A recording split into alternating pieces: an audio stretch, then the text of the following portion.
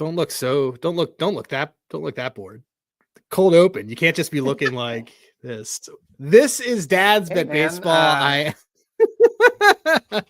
By the way, coming back from vacation, I gotta get back into this thing. Well, I know you're back from vacation, and for those who can't see this but can only listen, CJ is wearing a Mets zip up, which the joke I was gonna make was, CJ, I know you're back from vacation. Are you due at the stadium tonight to be selling peanuts, or is this just your Mets fandom coming out? Do you have? I mean, are you just very, very excited? You look tan and happy. I appreciate it. I thought you were going to make some sort of dad joke, because this looks to me like what my father would wear. Like I would make fun of him that's cool. for this. Those are cool. Whenever I was a teenager, and we would go, this would be like something my father would put on when we go out for dinner to like some nice Italian restaurant or something as a family that Friday night. So I've just fully been morphed, into my father now. And it's just that I have my Mets pull-up jacket here, ready to go on this Joe, go up a little high, because right now the crown, your name. Look at that. I mean, buy peanut. That is a dad outfit. I think we've gone immediately to the dad move. We don't even need to do the end part of the show where we do the dad moves, because you have already secured dad move of the week with that. So you know it's a dad outfit when your wife actually tells you, when I got this for Christmas, and as soon as I opened it and put it on, Michelle goes, "Oh, that looks nice on you. That's you can wear that." If your wife tells you that your sports apparel looks nice on you, that is absolutely a check mark that it's a dad. I would agree. Dad proof. For those just joining, it's Dad's Bet Baseball. I'm Adam Rosenberg. CJ Buskey, aka Slippin' Jimmy, is here with us. We are live on Spotify. We are live on Podbean. We are live on Apple Music. We are live on YouTube that you might be watching us, and on Twitter. And it's at Dad's Bet Baseball across the board. We got a bunch of stuff that we want to do today. We sadly, we were going to have our friend Dane Martinez was going to be on, but we had some technical difficulties. We're going to try to fix that next week, and we'll have a conversation with him. Spoiler alert, part of it's about Aaron Judge being underrated. But right now, I want to get to CJ. What is something that has kind of been bubbling for you? You've been in Honduras for the last few days. We did a show without you. We proved that you are integral to this show. Because we just needed you there, but you weren't. You got tan. You're back.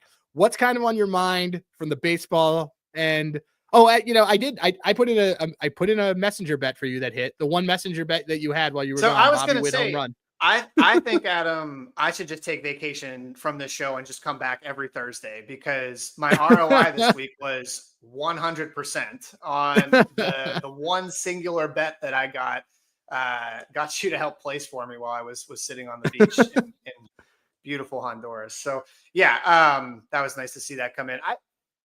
So the main thing I thought was super interesting, because again, I've been obviously following things, and I didn't get to talk about this on Sunday, but I really wanted to, which was Big Dumper. Okay. Not him specifically, but Big Dumper from the Mariners. If you guys don't know, the beloved Cal Raleigh, the catcher for the Mariners, just goes berserk at T-Mobile Park this past weekend. So I was kind of curious, can you guess where T-Mobile Park ranks right now for home runs across all major league stadiums? What would you guess? I would guess 22nd to 25th. Okay, that is 7th. They are 7th. Are you serious? For home runs right now. And Marlins Park, which is also another stadium that traditionally built the same. They're built the same. Built very similar, right? Sixth in home runs. So they were 5th and 6th. That just changed after yesterday's slate of games. And you'll be happy to know that Tampa's stadium, George Steinbrenner Field, which is the antithesis of a T-Mobile Park because it's a AAA stadium, that's leading the league in home runs right now. So not super surprised there. But for me, I think that what came top of mind when I looked at those stats was, sometimes you have to still just go with your gut when you're playing some of these home run plays at some of these, let's say, worse hitter parks, right? Kaufman, another one that I'd throw in there. If you've got someone like a Where's Tanner Kaufman Bybee, rank? Where does Kaufman rank? Kaufman's Right pretty now. low. I'd have to go. Yeah. I'd have to go back and look that up. So the lowest one I believe I think is City Field, but that's also due to the Mets have only really played, I think, 7 or 8 games there so far. Kaufman is 38. Kaufman's like, I think, 23rd in home runs. So right now. Here's the real one. Here's the real one for your entire hypothesis. Because we saw a big power surge from the Tigers early in the season right away at home. Yeah, where is that one? Comerica is 25th right now. Okay, so they're back where they generally were. I think that having been to T-Mobile, there's a noticeable difference on the left field porch, like a noticeable difference. It's like, just from a viewpoint perspective, it's also different. And obviously Cal can hit from both sides. How much of that do you think is because there's nobody, it's not like Julio's hitting home runs. It's guys like Polanco and it's Dumper and Dylan Moore who've been there a bit, like, have kind of got used to it. How much do you think is being used to it and knowing the sweet spots of the stadium, and how much do you think is maybe just bad pitching, or maybe it's just kind of fluky? I think it's a combination of all of them, but I do think we forget too that the Mariners have had excellent pitching for years, and we always add that qualifier that, hey, look at Logan Gilbert's home and away splits. Look at George Kirby home and away splits. Miller. It's because of the park. Bryce Miller, right? And I sometimes think that might be a little unfair to those guys. Now, Bryce Miller is also part of the reason I think that some of the home runs have been a little bit elevated. He looked bad in his start. Logan Gilbert looked bad in his home start most recently when he was against the Tigers. So all that's to say, in terms of like a actionable piece of betting advice, one is if you're going to see T-Mobile, Marlins Park in the top 10 for home runs, know that that's still probably going to even out somewhat, right? Like, I would be pretty surprised if they still end up in the top 8 for home runs by park.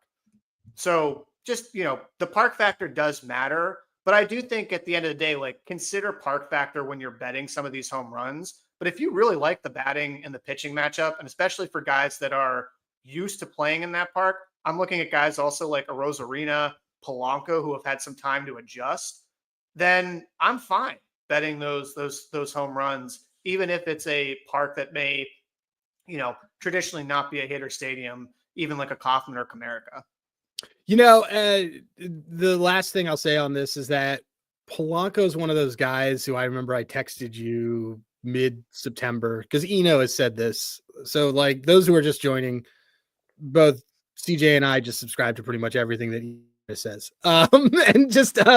But he had pointed out that there was somebody else, and I can't remember their name, that they had said the second year for right-handed hitters at T-Mobile, they make major adjustments in their hitting, especially in their power numbers. And I expected this to happen with Jorge Polanco. It was very weird because he got cut. He got not cut, but they didn't re-sign him, and then they signed him for less money. I expected a big year out of him. He's been great this week. If James Wood hadn't gone berserk, Polanco would be up there on my list. Dylan Moore's on that list. But you're right. The stamp I'll put on it is that from a betting perspective, we have a perception of home run suppression in that park and in Marlins Park, and we should take advantage of it because that's just simply not the case. Yeah, 100%. I think that's my point, is that, look, park factors, we talked about this on the show, what was it, last week or 2 weeks ago, where we were saying about how much am I looking at wind, right? There's so many different data points or factors that you're trying to consider when you're betting, especially for, I think, on the batter prop side. And park is one of them. But I think this is my whole point in this is just saying that don't weight some of those factors too heavily, because ultimately at the end of the day, if you've got somebody who's barreling the ball, hitting the ball well, going against a guy that's going to have a relatively high home run to fly ball type of ratio, that's still worth putting in a play, just remember that there might be a little bit of a tax based on the park you're playing in. And also, the last thing I'll just say on T-Mobile, part of the reason the hitters need to adjust is because of the way that the sunlight comes in to that stadium. So That's that was true. one of the things with Polanco, is that he had said even after the season, look, I had to adjust playing a lot of these games with the sun basically directly in my eye. And so you'll also see strikeouts kind of tend to increase in some of those situations. So, just something I guess there to also to keep in mind. But I mean, that's been top of my mind, Adam. I'm kind of curious. I mean, you've obviously had your finger on the pulse a little bit more, at least closer than I was, all the way in the middle of the Caribbean. Are there any teams or any series that for you right now you're getting excited about? I mean, I think that so the big one that's going on right now. Actually, I think first pitch is in 5 minutes.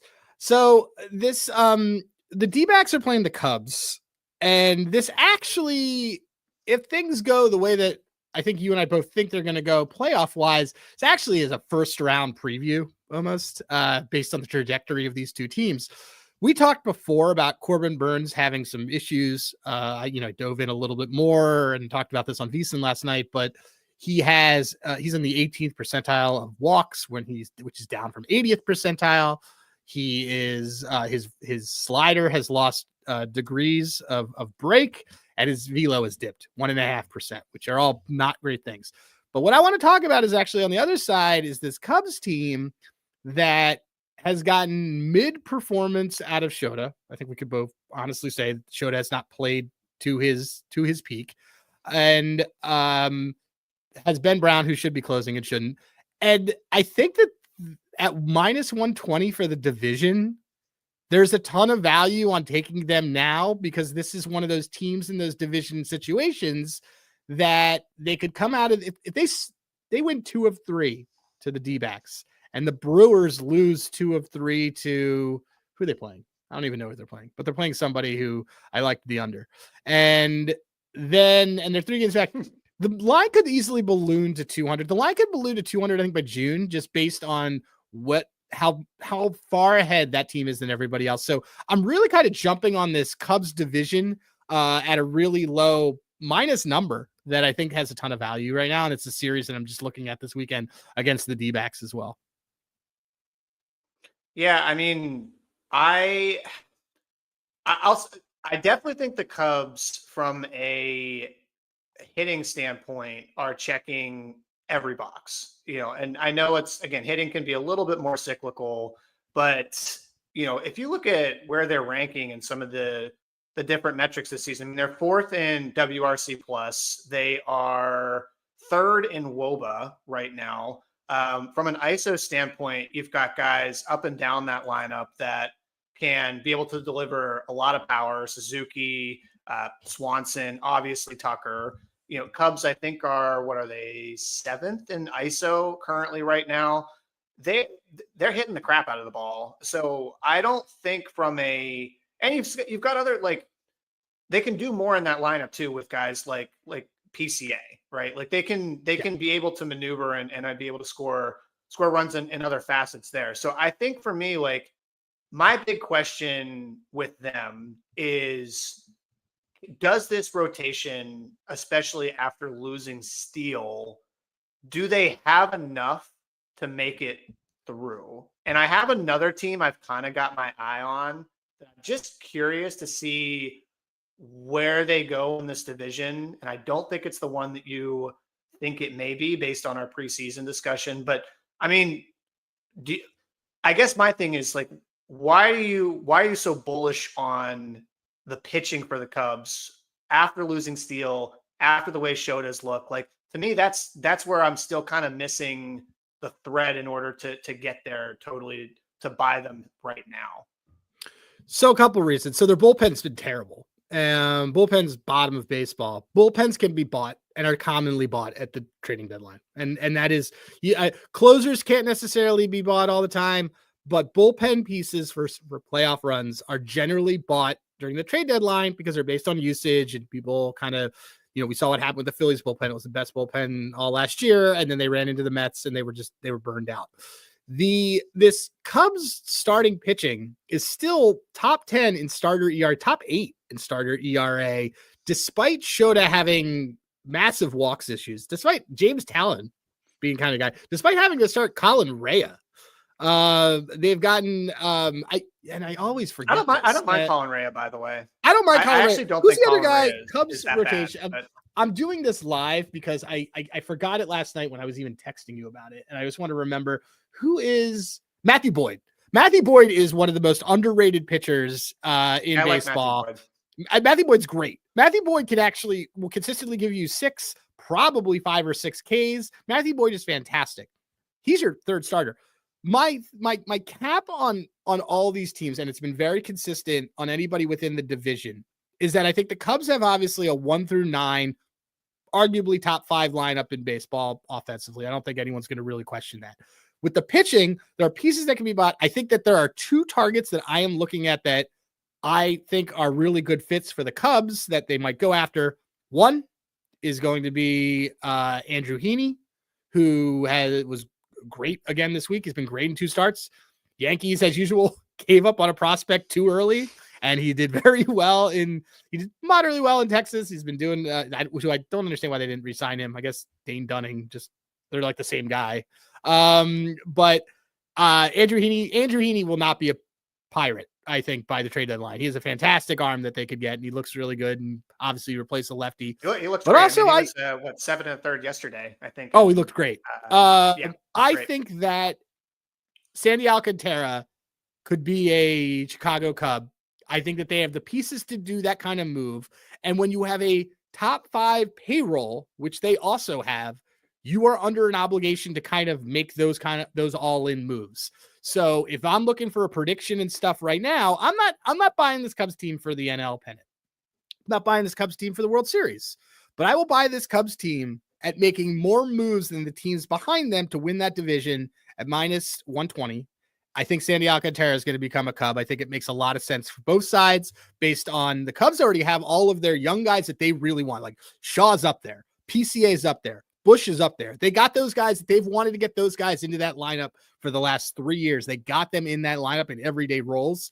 They have a lot of guys that they could trade to the Marlins. It makes a lot of sense on both sides.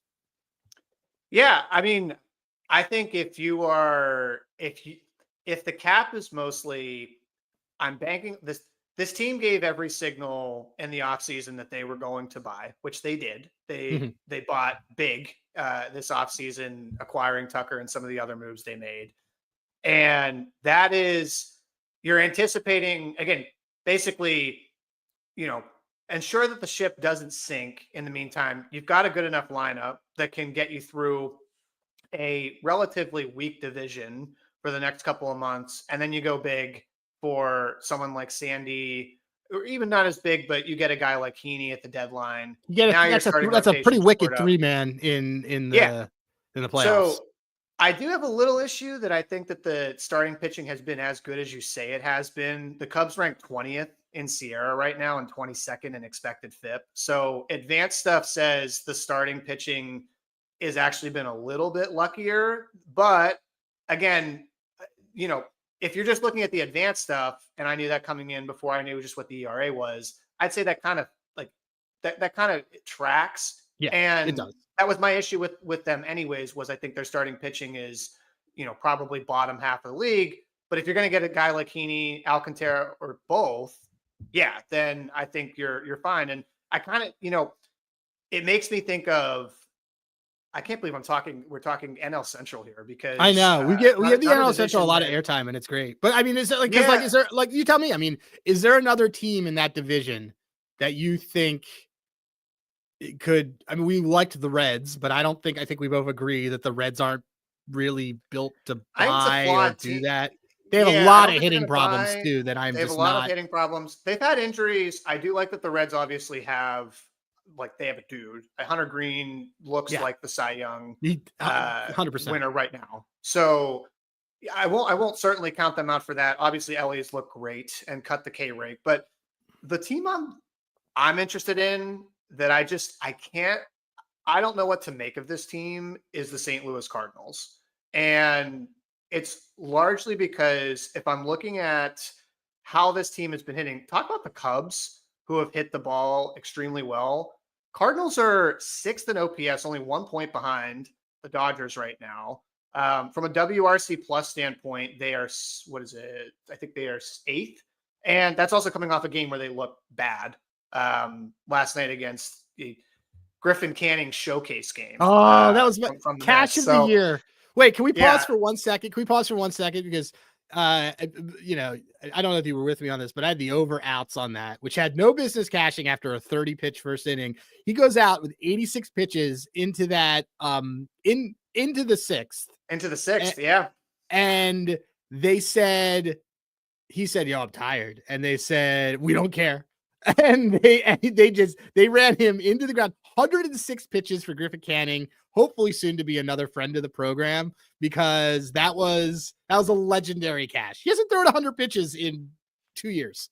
He honestly looked like me trying to play like a wiffle ball game with like my nephews. They let him go against a lefty when he had 100 pitches. Yeah. I was like, this is over. This is over. It was pretty funny because I was actually watching that game on the plane, and Gary Cohn from SNY was like, it looks like he's probably done after this one. And then like the next out, he's probably done after this one. And then it's like, that's like, oh, well, it looks, Keith is like, I think he's going to stay in there, Gary. But yeah, no, but back to the Cardinals. It's it's funny they're also playing the Mets because I think this is kind of the 2024 Mets reincarnated, maybe a poor man's 2024 Mets, because starting pitching wise, they've been fine. They haven't been great, but they've been fine. They've got Sonny Gray, who has been obviously, again, hopefully future friend of the program. We love Sonny Gray here. Advanced Stuff always says great things about him. And if I'm thinking of something to do with them, this is, they came in literally to the season telling their fans, we're, quote, retooling this season and don't really expect anything big from us. Like this is a rebuilding year, and this is kind of who we are. So as far as like, does that mean that they're going to try and buy and go after the Central? I don't necessarily think so, but I do think if you're looking at some make the playoff markets, plus 450 for them with the way that they've been hitting, I don't necessarily hate that. I think the bet that I would probably want to do with them more instead of doing a future is the fact that this team is 2nd in the league in hits. Look for some of those markets in individual games that's just over game total hits. I think that's a good derivative to be able to play this team. I think they're also pretty high up there as far as it goes. I'd have to double check here in total runs. I think they're 5th in total runs too. They've played in quite a few games that are overs. So I just think that is a bet, or at least a market or team that I have just kind of got my eye on as they're interesting. I don't know if we're saying they're going to do anything big yet, but I do think that you could kind of attack those markets in a few ways. Yeah, so it's interesting enough. So I like I actually like the Cardinals today. I took them on the reverse run line. And if you are just chiming in and watching two people wax about the Mets and the Cardinals at Dad's Bet Baseball, we're chatting, CJ and myself. So for the Cardinals, so I liked them a lot today because, believe it or not, the Cardinals have only lost back-to-back games twice this year. I've only had stretches where they've lost back-to-back games twice this season, and they were both the first week of the season. And so when they came out of the gate 2-5. So since then, they've obviously been a lot better. I like, if you're going to bet a future on the Cardinals, and again, I like the day-to-day, week-to-week. I like the over hits. This isn't a power hitting team. No, not at all. They're very disciplined, and they keep guys on base. Yep. Yeah. Which is fundamental baseball, and that's actually how you're supposed to do it. Plus 950, and again, shop around, but 10-1 for them to win the division. I like a little bit more than 4-1 to make the playoffs because I don't see this division getting 2 teams, and something would have to drastically happen. I think at the top for this to go down. But I hear you on that. If you're listening to this and we're recording this on a Friday. So if you have 4-ish hours to get this in, But I love the Cardinals reverse run line today because I don't like Peterson lefty splits at home. There's wind going to left, actually, as we talk about wind not mattering. There is wind going to left field. So this is again, this is a Cardinals team that does very, very well against lefties. I took them at the reverse run line at plus 250, and I like them today. That's, do you have any other points that you want to make on the Mets and kind of their ceiling? And there's a couple, because I think this is a good way for us to kind of segue into a couple futures things that I want to talk about.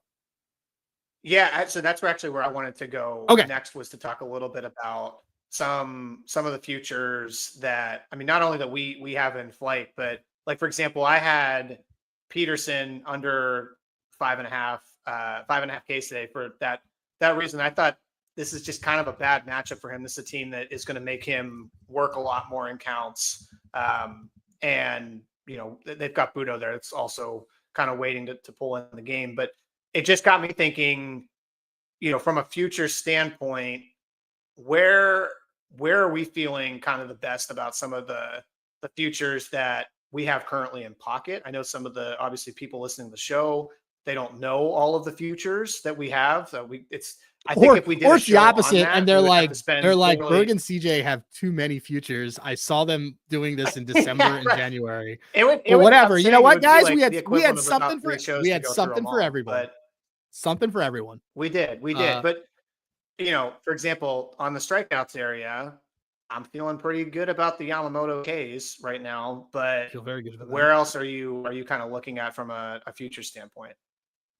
I mean, can we use this as a mini victory lap? We'll do this. Talk about futures mini victory lap, build a parlay, and do our dad's thing in the next 10 minutes. In the next the last act of the show. So first of all, let's quietly be excited about this Christopher Sanchez Cy Young future that we have in our back pocket, because he looks awesome. And he picked up 12 Ks of vanity metrics yesterday, which is, he also, more importantly, it was a win off of a Phillies loss. That is a metric and a stat that we need to keep an eye on when we're looking at Cy Young winners, because that means that they are a stopper.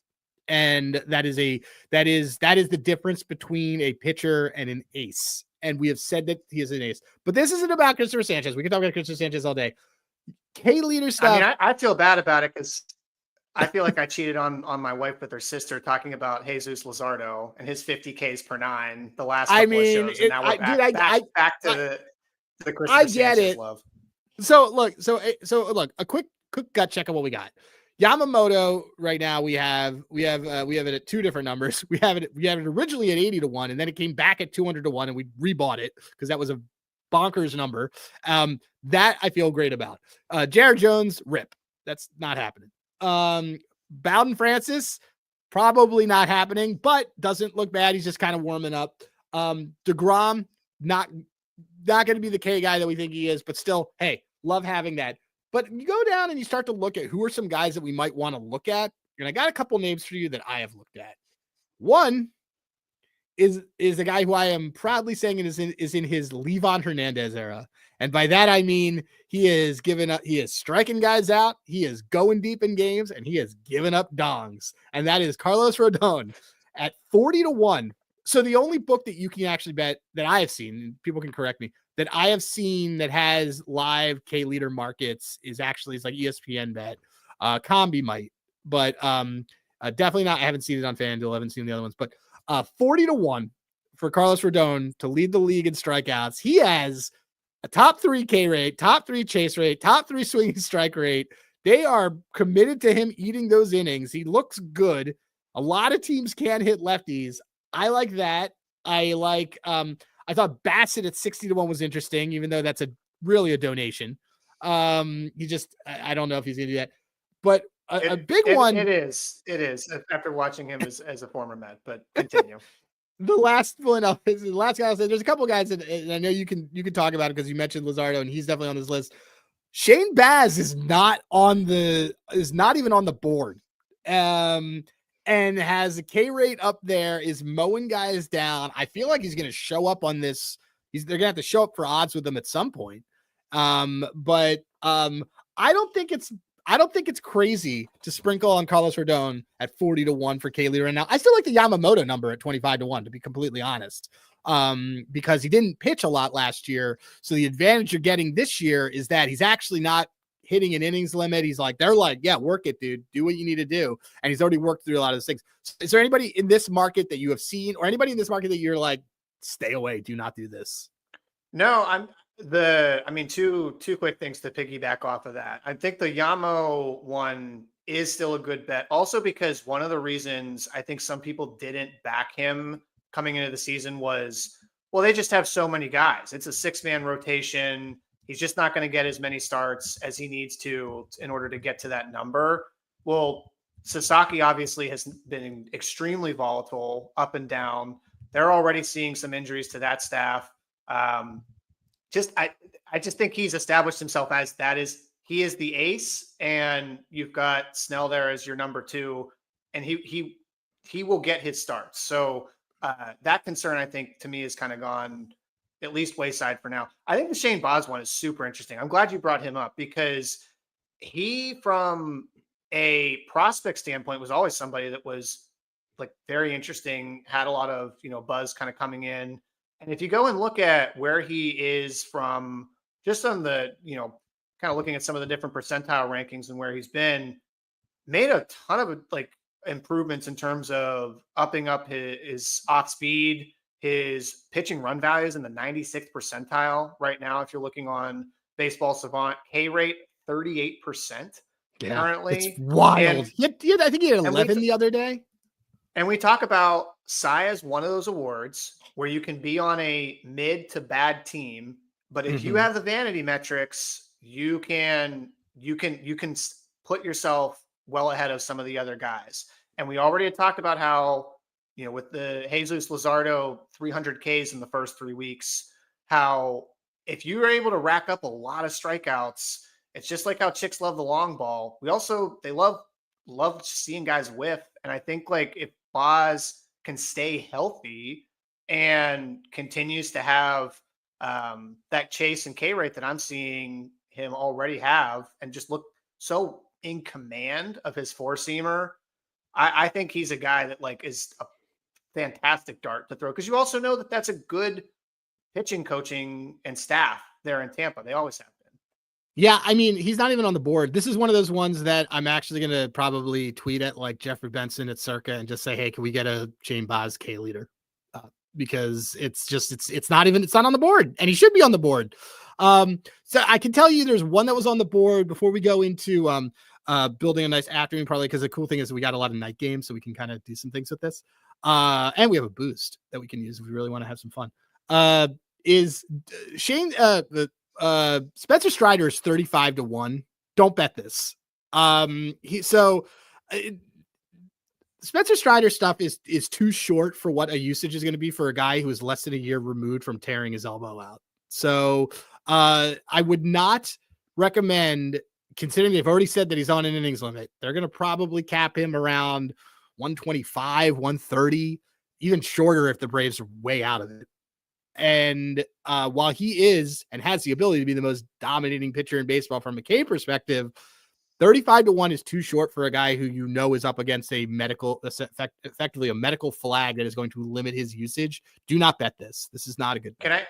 Can I just add one nerd reason for this? Not that, I mean, yours is enough, obviously, to not take this on its own, and for the fact that you're already buying a guy we're April 18th and he just made his first start. But yep, and he went under his K prop, by the way.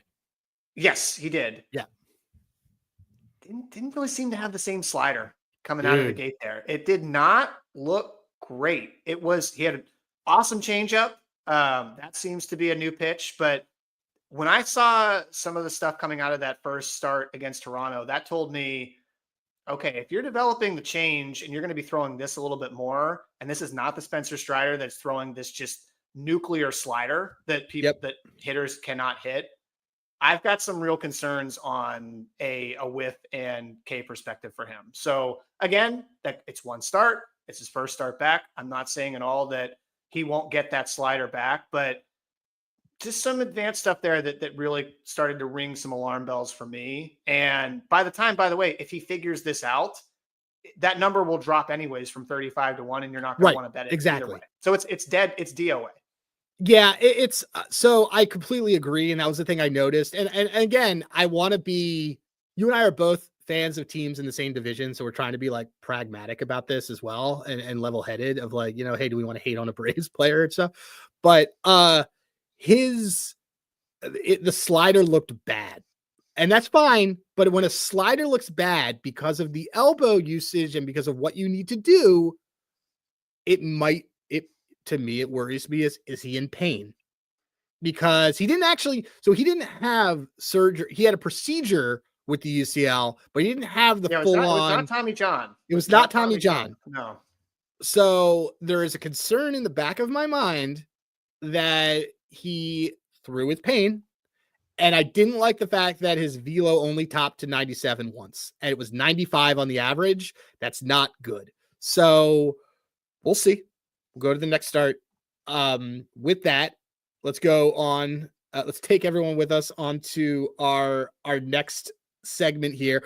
Like, obviously, it stinks that Dane, we had that tech issue because we were going to talk a little bit about Judge and stuff, but are there I want to kind of build a parlay with our friends of the program. Hall of Fame Bets have a really good parlay optimizer that they have perfected on many ways. What do we want to do? Is there something that you like? Do you want to? So let's start with this. You want to do we have an SGP boost on DK. We also have a FanDuel boost that is also that. So what do you want to? What are you thinking right now? What do you kind of take me to a book and let's build from there and use it? I've had fun building some of these SGPs together. So I'm good with an SGP boost if we want to go there. And okay, so let's look maybe towards outs and hits allowed, because those are fun things to like kind of correlate. Yeah. Within this. Okay. Yeah. I was going to say, I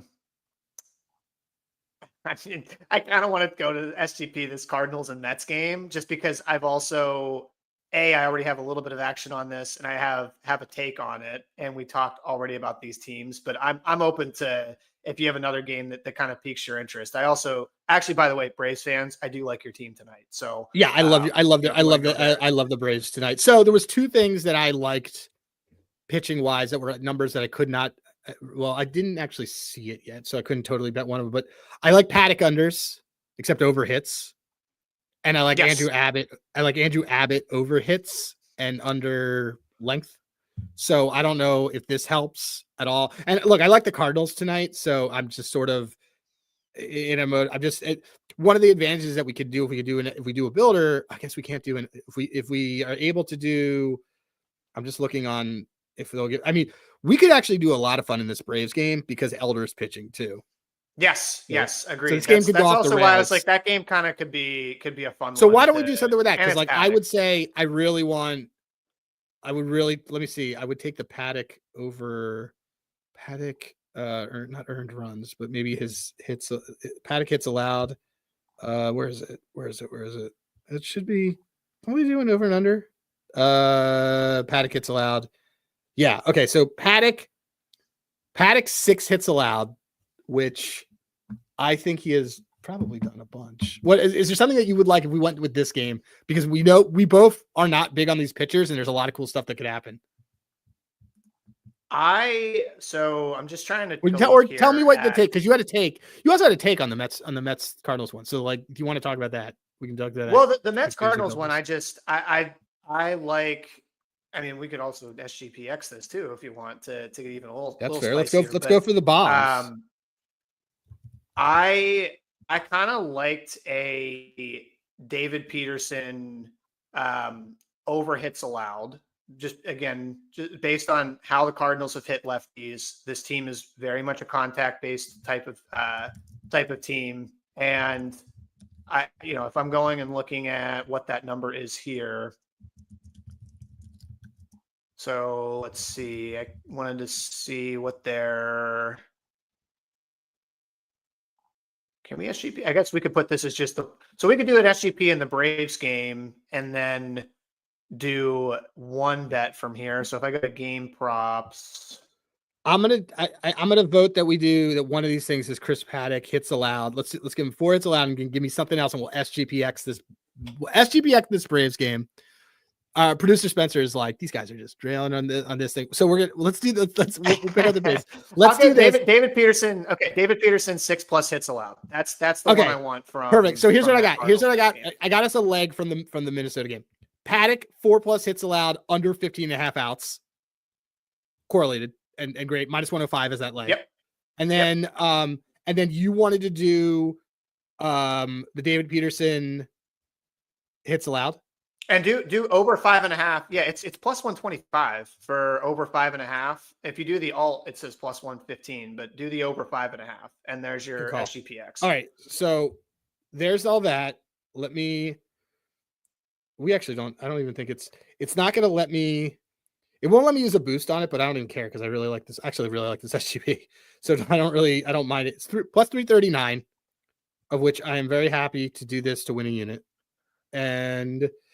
Let me just do that. So there, yeah, +339 to win a unit on multiple correlated things on angles that we like. I think this is great. 0.3 units to win a unit.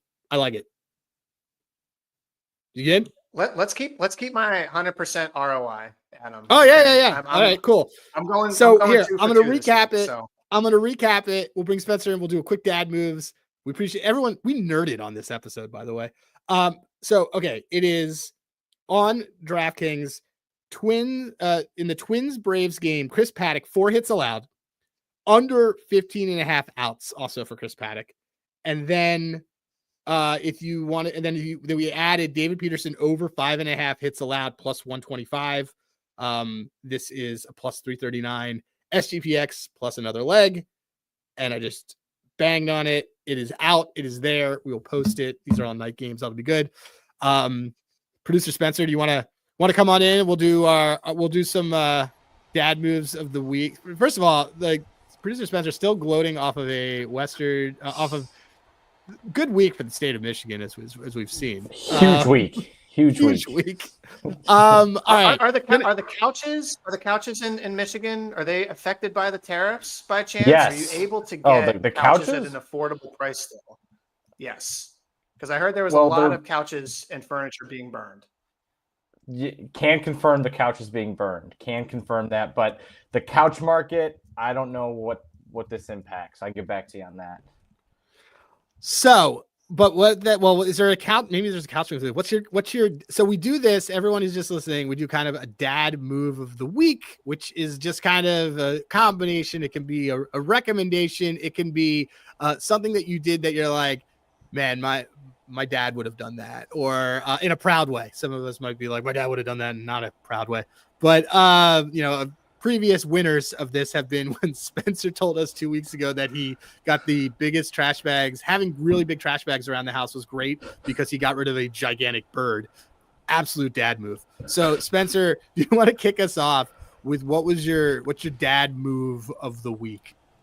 So I don't know if this is a dad move. I have some nieces, but I always keep some sort of candy or treats in the house for my dog plus nieces and nephews because like my dad would always, when my sister had her first kid, would always just like load up her kid on sugar and just send them home that way. So it's kind of like a reverse dad move. So you just like load them up on sugar, then just send them home. Yeah, that's we end up as the people that do have the kids, when uncles and aunts do that, we end up with that, and it's a terrible situation. Yeah, so F that person, but I understand that one very, very well. Because you become the cool uncle. You're the cool uncle with the treats. So you have all the brownie points with the youngin', but with the parents, not so much, but still, treats always on deck. I'm going to do mine and then I'll throw it to CJ, but mine is kind of a dad and mom move of the week. It's buying toys at consignment shops. So when we all grew up, we all had G.I. Joes or the big Transformers or Teenage Mutant Ninja Turtles, had a palace or had a center. Go to consignment shops to find some of the big items that keep all the toys together. And if you have young kids, they love them. We found a Gabby's Dollhouse, and we found the tower for Paw Patrol, and it was used. But it's bigger. It's twice as big as my son, and he is just ecstatic because he just presses the button and he can make a ladder come out of it. So I thought consignment shops were really just places for records and everything that looks like Victorian dolls, but they also have really cool throwback toys, especially bigger toys that hold other toys, which keep stuff off the ground, which makes rooms clean. So my dad move of the week is buying bigger toys at consignment shops to clean up littler toys and put them inside of it. I love that one, Adam, but I'm going to ask you to hold my beer or hold my cold brew because I got a cheaper place that you can go and get toys that your kids are going to love. It's called your basement. So just remember, all right, as a dad, that there are toys that your kids will go through phases on. Like my daughter, she gets these Love Every kits from my parents every so often, every couple of months. Plays with them for about a week or two, and then she gets bored with them. What do? Put them in the basement. A few months later, just bring them back out of the basement. Oh, look at this. Boom. Yes. Elena, we have new toys for you. Toy rotation that's an A++ move. It's a good one. It's like everything's brand new. Absolutely nothing to do. Just make sure that you don't get any cockroaches or any too much dust on them. But yeah, toys, putting them in the rotation, just like a pitching rotation. As long as you can kind of keep cycling through, it's gonna save you some time and some heartache from some of your kids. Awesome. All right. So for CJ, he's at Dad's That Bet.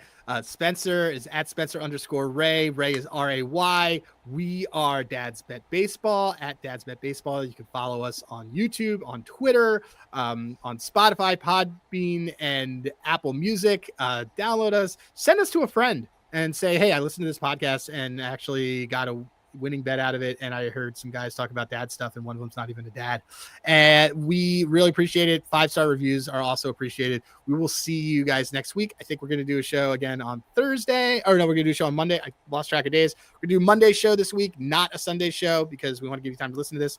But for the rest of the guys, I'm Adam, and I hear Rosenberg. Thanks for stopping by. Happy betting.